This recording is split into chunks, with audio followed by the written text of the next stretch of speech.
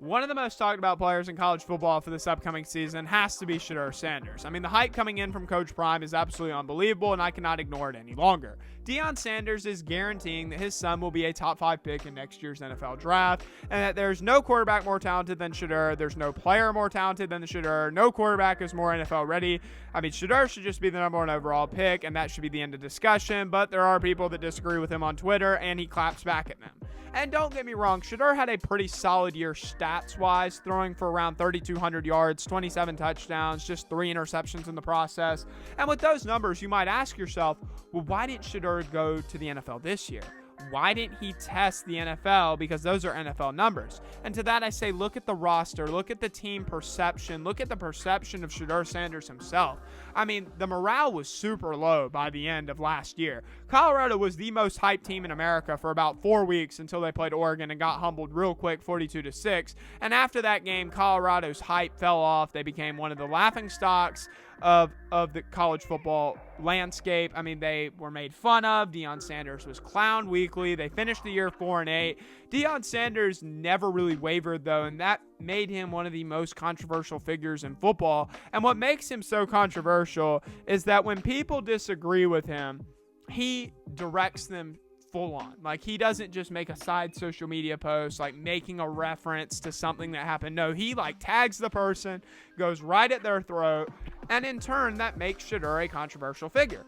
He has been blessed, one could say, with his father's confidence and ability to believe in himself. I mean, this is the guy that compares himself to Tom Brady, which is like an absolute wild statement. I mean, I wish I had the confidence to say that, yep, I'm the next Tom Brady.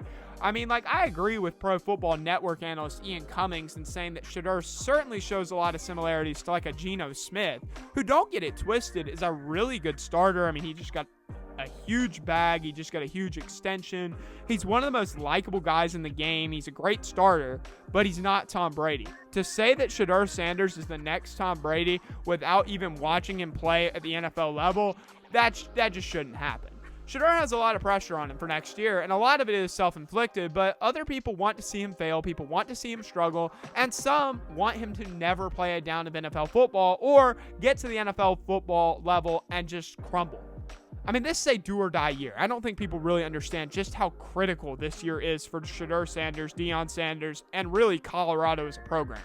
I mean, like, because if he struggles at all, if there's any bump in the road, people are going to write this dude off. There are going to be analysts that say he doesn't deserve to play in the NFL. There's going to be GMs that mark him off their draft board. And I hate that because the guy is so talented. It would be a shame if he never got to play in the NFL.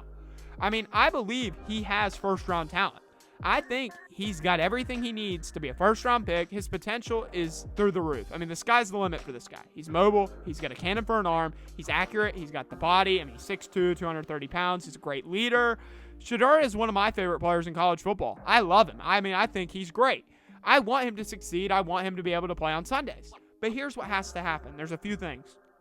Colorado has to win more games than they did last year. I'd say that 6, 7, make a bowl game, win that bowl game, would be a great season. Remember, Colorado is moving to the Big 12, and I actually think that Colorado going there is going to work in their favor. I actually think that the Pac-12 getting disbanded and Colorado getting moved to the Big 12 is a really good thing, but they have to step up to the occasion. They have to win those 7, 8 games. I mean, I'd say 6 at the minimum. And overall, Shedeur has to be better than he was last year. 3,200 yards and 27 touchdowns. That's a solid year, but that's a far cry from his 40 touchdown seasons he had at Jackson State. He needs to get up more to that 30-35 number. If he could sneak into 4,000 passing yards next year at Colorado, he'd be great. He's got to stay out of that drama. If he plays the way he's supposed to, we'll see a push in the media for Shedeur to be a Heisman finalist. We just will. He has to use the weapons that he has been given. He has to take advantage of, like, having Travis Hunter. I mean, look for the guy whenever possible. Let Travis Hunter cook corners, get him the football. Just that simple. Sanders cannot allow media presence to overwhelm him because the press is always going to be there. He's freaking Shedeur Sanders' son. There is no chance that there won't be attention on this guy. There won't be attention on this team. There is going to be pressure. There's going to be questions from the media. He needs to relish the opportunity to have that pressure, have that look on him, and he needs to play his game and work every single day to get better.